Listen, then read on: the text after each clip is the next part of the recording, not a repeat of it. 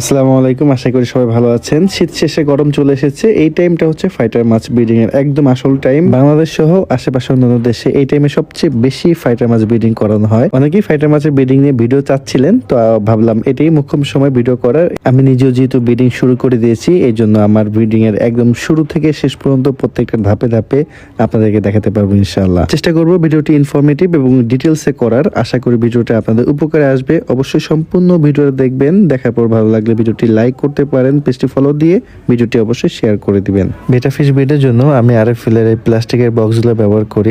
12 থেকে 14 ইঞ্চি লম্বা, 8 থেকে 10 ইঞ্চি চওড়া এবং 6 ইঞ্চি উচ্চতা কাচের বা প্লাস্টিকের যে কোনো জারেই বেটা ফিশ ব্রিডিং করা যাবে। প্রথমে বক্সগুলো সুন্দর করে ধুয়ে তার মধ্যে পানি দিয়ে বাদাম বাতা দিয়ে পানিটা হালকা বাদামি কালার করে নিতে হবে। তারপর মেল বেটা ফিশটা বাবুল করার জন্য আমি একটা পলিথিন ব্যবহার করি। আপনারা কাঠ বাদাম পাতা বা যে কোনো কিছু ব্যবহার করতে পারেন। সাদা পলিথিন ব্যবহার করলে ফিমেল মাছটা ডিম দেওয়ার পর ডিমটা খুবই সহজেই দেখা যায়, এই জন্য হচ্ছে আমি পলিথিন ইউজ করি। তারপরে আপনাদেরকে এমন একটা জিনিস নিতে হবে যেটা দুইটা মাথা কাটা এবং ট্রান্সপারেন্ট।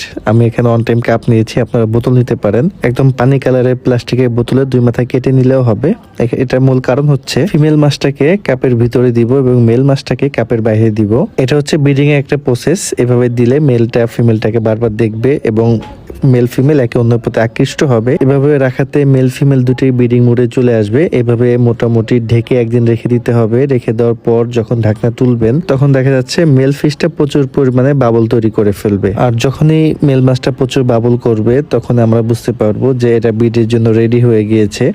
দেখেন, আপনারা প্রত্যেকটা ট্যাঙ্কে একটু লক্ষ্য করলে দেখতে পারবেন মেল মাছটা কি পরিমাণে বাবল করেছে। আর ফিমেল যেটা আছে সেটা খুবই সামান্য বাবল করবে। আপনারা কৌটার ভিতরে তাকালে বুঝতে পারবেন এবং মেলগুলা অতিরিক্ত বাবল করবে। এই অবস্থায় আমরা যেটা করব, অন টাইম কাপ অথবা বোতল যেটি আপনারা ইউজ করেন সেটা আস্তে করে তুলে দিতে হবে। অর্থাৎ মেল ফিমেলকে আমরা এক করে দিব, কারণ শুরুতে আমরা মেল ফিমেলটাকে আলাদা রেখেছিলাম। এখন জাস্ট আমি এটা আস্তে করে উপরে উঠে ফেললে মেল ফিমেলটা এক হয়ে যাবে। এক হওয়ার পরে আমরা আবার এটাকে ঢেকে দিব। ঢেকে দেওয়ার পর মোটামুটি 24 ঘন্টা, কখনো আরো কম এবং বেশি সময় লাগতে পারে, এটা মেল ফিমেলের উপর নির্ভর করে। ঢেকে রেখে দেওয়ার পরে তারপর আমরা ঢাকনা তুলে দেখবো ফিমেল মাছটা ডিম দিয়ে দিয়েছে। মোটামুটি 12 থেকে 24 ঘন্টা, কম বেশি লাগে। আপনারা কয়েকবার চেক দিবেন। চেক দিলে আপনারা এরকম ছোট ছোট ডিম দেখতে পারবেন।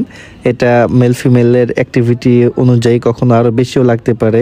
সর্বোচ্চ 3 দিন পর্যন্ত অপেক্ষা করতে হবে। ডিম দেওয়ার প্রতি 8 থেকে 10 ঘন্টা পর পর চেক করে যখনই আপনারা এরকম ডিম দেখতে পারবেন, আশা করি বুঝতে পারতেছেন ডিমগুলো, তখন হচ্ছে মেল মাছটাকে ট্যাঙ্কে রেখে ফিমেল মাছটাকে সরিয়ে দিতে হবে। ডিম দেওয়ার পরে ফিমেল মাছটার আর কোনো কাজ নেই। তারপর মেল মাছটা প্রায় 72 ঘন্টা এই ডিমগুলোকে যত্ন করবে এবং ডিম থেকে বাচ্চা ফুটে আপনারা দেখতে পাচ্ছেন, বাচ্চা দেখা যাচ্ছে ঠিক এরকম কালো ছোট ছোট বাচ্চা বের হয়ে আসবে। এই বাচ্চাগুলো মোটামুটি ফ্রি সুইমিং করতে 4 দিন সময় লাগে। অর্থাৎ ফিমেল ডিম দেওয়ার পর ফিমেল সরানোর ঠিক 4 দিন পরে এই ট্যাঙ্ক থেকে মেলটাকেও সরিয়ে দিতে হবে। এই 4 দিন ট্যাঙ্কটা সুন্দর করে ঢেকে রাখবেন, বারবার উকি ঝুঁকি দিতে যাবেন না। এতে করে মেল মাছ যদি ভয় পেয়ে যায় সেক্ষেত্রে ডিম অথবা এই বাচ্চাগুলোকে মেল মাছ খেয়ে ফেলতে পারে। 4 দিন পর সুন্দর করে মেলটা সরিয়ে ফেলতে হবে। তারপর মাছগুলোকে খাবার দিতে হবে, যত্ন করতে হবে। এই বিষয়গুলো নিয়ে ভিডিওর সেকেন্ড পার্ট খুবই দ্রুত আপলোড করবো ইনশাল্লাহ। আপনারা কমেন্টে জানাবেন যে আপনারা সেকেন্ড পার্টটা দেখতে চান কিনা। ইনশাল্লাহ বাচ্চাগুলোকে খাওয়াই কিভাবে বড় করতে হয় এবং হিউজ কোয়ান্টিটি মাছ করতে হয় সেই প্রত্যেকটা বিষয় সেকেন্ড পার্ট থাকবে ইনশাল্লাহ। আর আজকের ভিডিওটা যদি আপনাদের ভালো লাগে অবশ্যই ভিডিওটি শেয়ার করবেন, পেজটি ফলো দিবেন। আজকের মতো বিদায় নিচ্ছি, আল্লাহ হাফেজ।